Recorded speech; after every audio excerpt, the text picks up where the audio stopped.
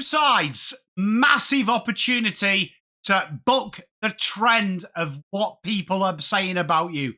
Carlton and the Dogs enter round 3 with seasons on the line. Both teams have had their issues. One team heavily under pressure after a 0-2 start, and one team bucking the trend of predictions with a 1 win and a closely contested defeat.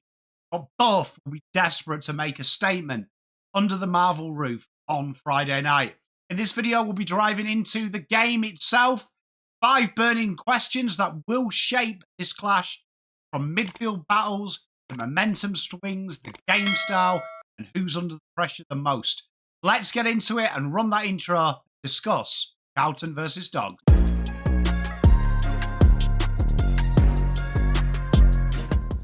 So let's look at what has happened so far.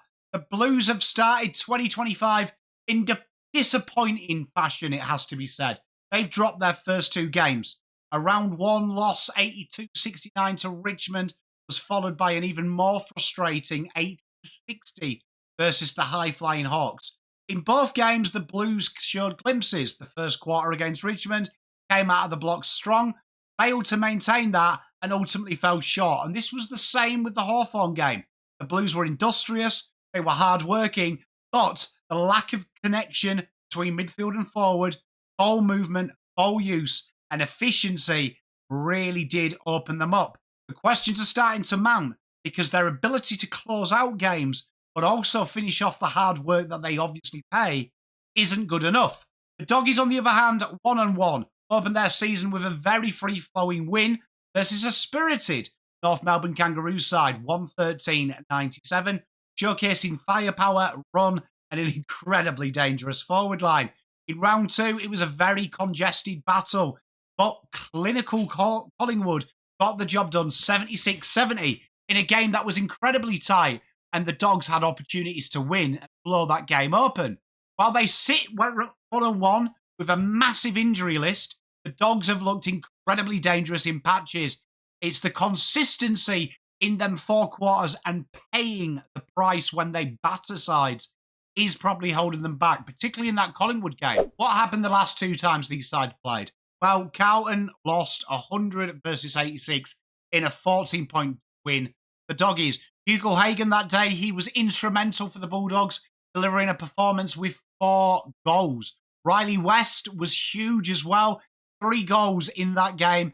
Carlton, Charlie Curnow and Harry Mackay, who looked set to miss this game by reports, each managed 3 goals each. And despite the Blues' best efforts, it was the Dogs' backline that held firm. Rory Lobb, Buku Kamis in this game, playing pivotal roles to really stifle Carlton off if they didn't go deep. It was Cripper's 200th game. It was a big performance from him, notably a big goal on the run. But as so often happens in Carlton milestone games, they couldn't get the job done. Now, let's look at the stats. What do the stats say? It's understanding the statistical strengths of both sides, I think, provides a really good insight, but also the potential strategies both these sides might use to really dictate who wins this up-and-coming one. So let's look at the Doggies first. You'll see them side by side. But disposal efficiency to shots on goal, averaging a disposal to shot on goal ratio of 14.8, ranking 9th in the league. Very interesting that's on the lower end of the scale. Shots on goal, converting at 49.1% of their inside 50s into a shot on goal. That makes them 8th. Shot on goal differential, maintaining a real positive differential, 5.4, has them 3rd in this metric, which is really important, meaning 3 more goals really, 5 more goals than your opposition. Stoppage differential, they've excelled at this. And this is really impressive when you don't have Bontempelli and Treloar, the 2 guys that get it away from this as well and really generate mass scores from here. They're 2nd in the league at the minute, indicating a real strong performance and a real good stoppage setup. Defensive half differential, this is where it comes unstuck. A lot's talked about their backline. A concerning 9.3 negative, placing them 14th. Scores from transition definitely need to be better from the Doggies. They don't seem to have that natural. They've got Bailey Dale there, who incidentally ranks as one of the best players in this metric. But outside of him, this is probably that area, and particularly with their backline, teams, if they can get it in quick, particularly from the slingshot, it does expose that backline of the Doggies. Scores from forward half, +5, ranking 8th, showing that they are a dangerous forward line, but they also are very good at creating them repeat entries. And turnover differential, just a positive 3.2, reflecting their ability that they can score of opposition mistakes, but also themselves be vulnerable from this area, as we talked about highlighting their backline issue. Another thing as well is they love to play the territory game, +207 metres. They really like getting it forward, getting it into that forward line as much as possible, locking it in and creating repeat entries. Carlton, on the other hand, 16.3 touches to the average shot at goal. They're 13th. Showcases genuinely a very controlled side. When you're low down on these metrics, genuinely means that you maybe pace yourself, control, and we know that's not the case. And a lot comes from Carlton overusing the handball. When you look at team players as well who has a lot of handball received, Carlton's handball receives at the minute, the most get this out of the stoppage, is George Hewitt and Adam Cherrer, which might surprise you because genuinely when you look at this method as well, we're looking at someone that's going to be very dynamic from that position. No offence to George Hewitt and Adam Cherrer, but they're not known for that dynamicness from them situations. And that is a big issue with Carlton. They overuse the football quite a lot for a side that doesn't display a control technique. Shots at goal, very low conversion. The worst side in the league at shots on goal generation. 41% of their inside 50s, do you know what I mean, result in a shot goal, which sounds high, but it's not very high. You can see 41. Shots on goal differential, Carlton are 9th. It just shows you how much they leak from how much they create. Stoppage differential is very important when you look at that shots on goal as well. Think of how many times Voss mentioned inside 50 count. That shot differential needs to be a lot higher when you are often dominating that stat metric. Stoppage differential +13, ranking 3rd, showcasing this is where Carlton are really, really strong. This is probably the one change around in the last 5 games from the Blues. This is an area that they are starting to be more defensive from. This creates that other problem, though, them handball receives. They're very cautious from this area, which we haven't seen an astronomical rise in scores for. We've seen an astronomical increase in scores against. But these are the areas where it's starting to get weaker. Scores from defensive half. Carlton last year were really strong at stopping defence half against. Their forward pressure was elite. Now they're not scoring as many, and now they're not stopping as many. -11 and making them number 15 the league for this, indicating them struggles to really get the game going quick enough and diversive enough from the back half of the ground. Scores from forward half. See what we said about Carlton's transition game. -9, 11th, showing that Carlton are really struggling to turn any form of pressure into maximisation and killing them in the back half of the ground where that score is against as well. Scores from turnover, -12. Placing them 11th. Again, they're not capitalising enough from turnover and they're not stopping enough. They're losing the ball a lot of the time in their back half of the ground and really becoming an issue. Meters gained as well, a modest 41. Carlton not even playing that territory game that we saw in 2023. Get the ball forward at all costs. So all these signs really do point to where Carlton are struggling at the minute. Bit of ball use, bit of game management, but definitely that ability to capitalise on your skills. Carlton at the moment, very in the last 10 games particularly, playing a very contained game plan as opposed to playing to their strengths. They're trying to negate opposition strengths while not playing towards their strength. Hence, you've got them 4 defensive side in midfield. Hence, you find that long bomb has started to creep in. Carlton have become very safe, very Fremantle at the moment, Justin Longmuir. Now, who are the players in form? First for Carlton, Tom de Koning. He has been in sensational form. As a ruckman, he's leading the league with contested possessions, playing as an extra midfielder, 14 touches. He's also the top-ranked hardball get player in the ruck with 5 per game. He's 4th for clearances, 7.5, and score involvements, he's 7th with 5 per game. And top 4 score launches, 4 per game. Really showcasing how dynamic Tom de Koning is. And he really does stand out. Now, teams have found a way of getting them away on that stopping side, on the defence side, particularly from centre clearance. We've seen that with Cripper as well, creating that separation from Chera and Hewitt. And them two have almost been incapable of staying the attacking side. They've been working in pairs, not working singularly. And that's going to be an area here that you've got to really feast. When you've got Cripps and TDK in this type of form, you need them to be working. They should be literally the dynamic of that midfield getting you to spread. But unfortunately, the ball comes out and it's still around contested players. Carlton really struggle with trying to get uncontested, as you saw last week when they got dominated in contested possession. French. Bailey Dale for them, the fourth best meters gained player in his position.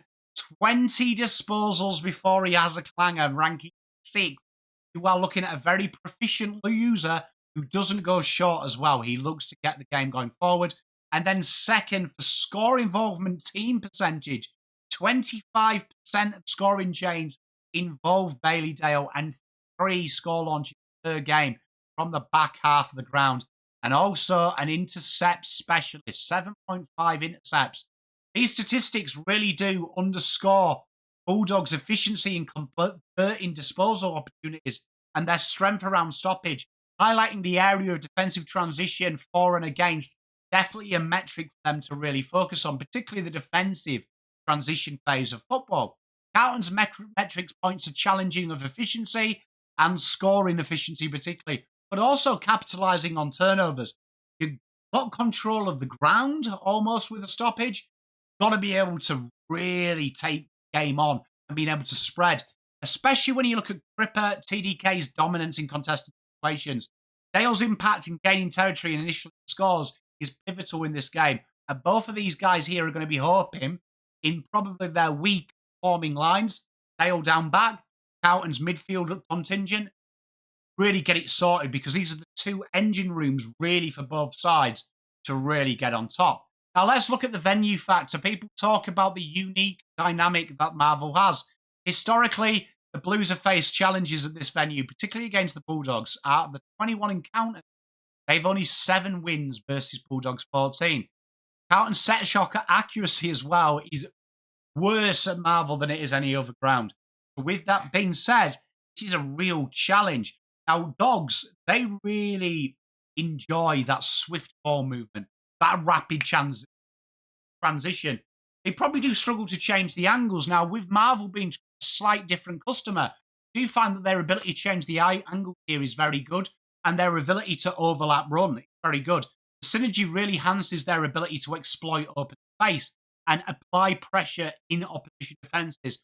So this is probably a game where they're really happy to get Marvel, as opposed to the G. The quick south surface will probably really put a bit of onus on Carlton's skill execution, particularly under pressure. And to counteract this, the Blues are going to have to really focus on off-ball movement, getting into space, giving yourself the option, running with the ball carrier and presenting that, but also keeping width, keeping your space, attack the space hard. And Carlton need to capitalise on the scoring opportunities to really mitigate Bulldogs' advantage in them slingshot areas. Now, let's go on to the 5 questions for this game. Can Carlton halt this slide over the last 12 games? Carlton's 0-2 start this season has been a significant letdown from where people expected. Worst case was 1-1, we're at 0-2. Especially following a pre-season that was filled with some optimism that last year's poor end to the year was down to injuries.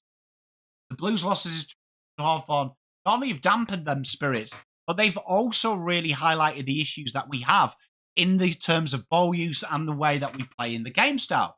Entering 2025, there was a real palatable sense of anticipation. And 6th oldest list, 2 finals, pre-season against GWS looked good, strategic acquisitions, a focus on power and speed and refining that gameplay. And people speculated the Blues were going to have a substantial impact.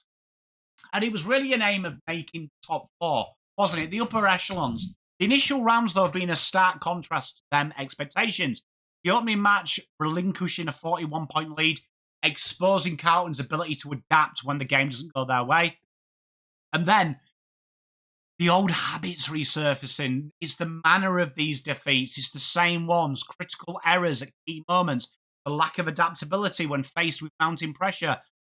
And then being able to expose Hawthorn around the contest But then defensive structure and turnover being the big issue. That ball use, they feasted on turnover. These past seasons, we've seen this in patches. Really, in the last 2 games, we've really seen it highlighted. This is one of them questions, isn't it? Old habits die hard. And the Blues have kind of adapted their game plan so many times. Hard to see why they can't find the happy equilibrium. It's going to be a really interesting one because second half fade outs are an alarming trend. In both matches, the teams have had early dominance, and Voss addressed these and saying, well, we had more inside 50s. Seen that, the worst scoring efficiency side in the league. Blues really need to refine the fundamentals to prevent these further lapses. We know Voss talks about the mantras, pressure, contest, pound the rock. The immediate challenge, though, is that philosophy in tangible results from physical words. The leadership has to foster that culture of accountability and make sure them strategic adjustments are made in game and applied. These next few fixtures are really critical for the Blues because they can turn it around. But it's really now, we've got the gloss. We need to add that polish. At the moment, everything is all there, and this could be a real moral boosted victory for the Blues. Path forward is an urgency to respond. This game here presents that opportunity where mental fortitude is imperative, but also just getting that recalibration right, getting the reset, focusing on what Carlton are strong at. Number 2 is, can the Bulldogs continue this remarkable defiance under injury clouds? They have faced significant challenges. Marcus Bontempelli, not expected back till round 5 or 6. Trelaw, another setback. Looks like that's delayed his return. And Jamara Ugle-Hagan with no confirmed timeline. Not to mention others, but these are 3 of the major ones. They faced a tight contested game against Collingwood, and they fell short, but the game was intense competition. The scores were level in the final moments.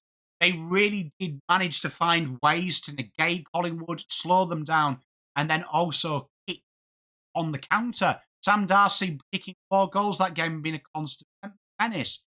It looks like Liam Jones will come back for this one, you know what I mean? Which is huge. James O'Donnell is meant to be a test as well, who adds that swing option they look for. The thing that you've actually seen, though, with them is their adaptability has been really strong. Their ability to be competitive and rechange the roles of Kennedy being up there now, but also Liberatore to really maximise their strengths and change the way that their midfield works is a real testament to them. It will come unstuck, you imagine, against the good sides. As it did Collingwood, they found a way. The Blues have got to exploit this and make it very hard. And they're not going to be able to do that if they stay defensive. They've got to ask the question. And Carlton are an incredibly strong top side. And that leads us on to question number 3. Carlton's midfield versus Bulldogs injury list. The injury roles, as we said, there's going to be no Trelaw, there's going to be no Bond. But Tom Liberatore, the tenacious guy, has become quite the clearance specialist here, which we know he is. But he has been very strong offensively. And Matt Kennedy showcasing 2-way running and that driving injection they need. These 2 are really important here. Carlton has a real robust midfield, though. Adam Cherra has that composure and class, but he's been bogged down with defensive work. Sam Walsh needs to be that live wire, get the ball moving forward and out in space. He's ended up with 11 tackles last week, and Cripps just keeps winning the contested ball. This is a real thing here of Carlton have got to give Cripps that option. Cripps and Hewitt should be the first and second users. Cherra and Walsh are going to have to be really strong, keep their width. Blake Acres and the other wingers are going to have to stay out wide, present these opportunities so the Blues can do it. With the Blues in this game and their midfield has been operating from a contested situation very well, the Blues have got to control the tempo and not become accumulators but be impactors. Midfield needs to ensure these disposals are effective and are out in space, generating scoreboard opportunities. That is going to be really paramount. Decision making too, from converting this midfield ball into forward line entries, so important. And question number 4, can Carlton's defence rebound quickly, especially under repeat pressure and ground balls? The defensive unit has been quite challenged in the last 2 games. Jacob Weitering's leadership hasn't been questioned, but it's about being able to free him up, allow him to inject the game. It feels like the support cast at the minute of Nick Haynes, Lockie Cowan and Mitch McGovern hasn't backed him up. There's instances where these defenders have resorted long to go pressure contest from D50. where they've inadvertently overran the ball, got in Wheatering's way, peeled off their man and not structured up and protected the man.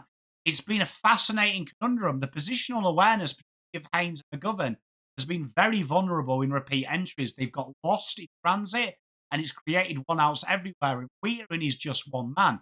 Aaron Norton is known for his aerial prowess, and he's going to be another situation for the Blues to worry about here. When someone has led up to 60, as we've seen, Tom Lynch stayed at the goal square, Bower worked high up the ground. We saw it last week, Maribor Cho floated deep. The Small started to work up at half forward, particularly Gunston as well. It made Carlton struggle. McGovern and Haynes were drawn to this like a moth to light. Norton is a significant challenge here because he will wheel out of 50 and leave Sam Darcy, who goes deep, remarkable athleticism, very strong goal kicker, and a 6 contested mark player. He is going to be a handful. So it's how Carlton negate that and make sure that zonal system is strong. Containment of the key forwards. How do you fix that with the strategy considerations for it? Wheatering, for me, has to go to Norton. Has to. And the reason why is I need Wheatering loose. We know Darcy is higher, but they kick into him, usually through Norton, through half forward. We want Wheatering in and around that ball when intercepting, and he did an incredible job versus Power last and first round in the first quarter of the game when he was against a different player and got up high up the ground and got the intercept. Another area as well is just take the pressure off by exiting D50, enhance the ball movement, look for the short options, look for the safe options, minimalising a reliance on long bomb stoppages, taking away the opportunity for repeat entry. This allows Carlton to be more controlled, but also be a little bit more precise and take the pressure valve off. And the midfield has got to be on its game. It's all right having these tackles when it's defending transition. It's about making sure this team win the ball back and keep it clean and drive the ball into Bulldogs attacking zones and keep it there for longer. That's what the Blues want. The Blues won't mind in defending if it's one-on-one situations, Wheatering on Darcy. But when it is clustered, we want Wheatering as loose as possible to make sure that you can negate that. So that might be a job for Lewis Young. Now he's not popular. We can't have Cripps in the ruck this game. It's impossible for us to win this game if that happens. We need Young there to just be that backstop, play fullback, help do that. The conclusion here is the defensive unit is a critical test here because Dogs is their strength. Success for me hinges on how they negate their matchups, free up their tools, but also improve that transition and be cohesive to withstand the pressure. And number 5 is, can the Blues control the football and not have a gear that is either stop or go full bore? It's really the tempo, the gameplay momentum. This team oscillates between frantic bursts of activity and then stagnation. We need that controlled, balanced thing. Currently, they appear to play overly aggressive or incredibly passive, particularly around stoppage, and that's why Carlton stoppage differentials got better. They've just stopped it. They need to find a more precise way to control it because at the moment, even in 2023, the way to control the game was create repeat stoppages. It's burnout. It's burnout zone. This all or nothing approach means in the fourth quarter, if you work so hard to get the lead, you're sitting ducks. So the strategic change here is developing that ability to manage the game pace by creating easy uncontested marks down the back for a start. The Blues have a horrible method of I'm a back pocket, I'll stay at back pocket while we have the ball. Good teams overlap, underlap, and that's what the Blues have really got to look for. And also absorb pressure. Allow teams to come on you. They're going to play a forward press. So you saw Hawthorn, how they negated Carlton's manic pressure. Handball, handball, handball. If you're all there at the contest, hot potato it. Get it out to a runner. Someone needs to be free. Saad needs to make himself free at all times, or Ollie Hollands as them halfback flankers. Rather than reacting impulsively, he measured. Facing the Dogs is known for high-risk, fast-paced forward-line pressure. This presents an opportunity as well as a challenge. If Carlton can be more measured, controlled, this potentially disrupts them and they can hit them over the top. Carlton can enhance this style here. It will help them not just in this game, but games moving forward. As we approach this clash, Blues are seeking their first win. They've got to have to address these concerns and deliver a strong performance. We know they can do it. It's about doing it. Can the Bulldogs keep it up under this much injury crowd? They've lost so many key figures in that midfield. Can Kennedy step up to the plate against his old mob? Cowan's midfield versus Bulldogs midfield. Both sides need to control the tempo of this game. The Dogs, it's getting in there quick. The Blues, it's sometimes slowing it down.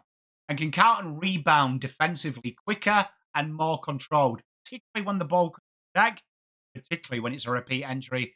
Can Carlton find a gear to slow the game down?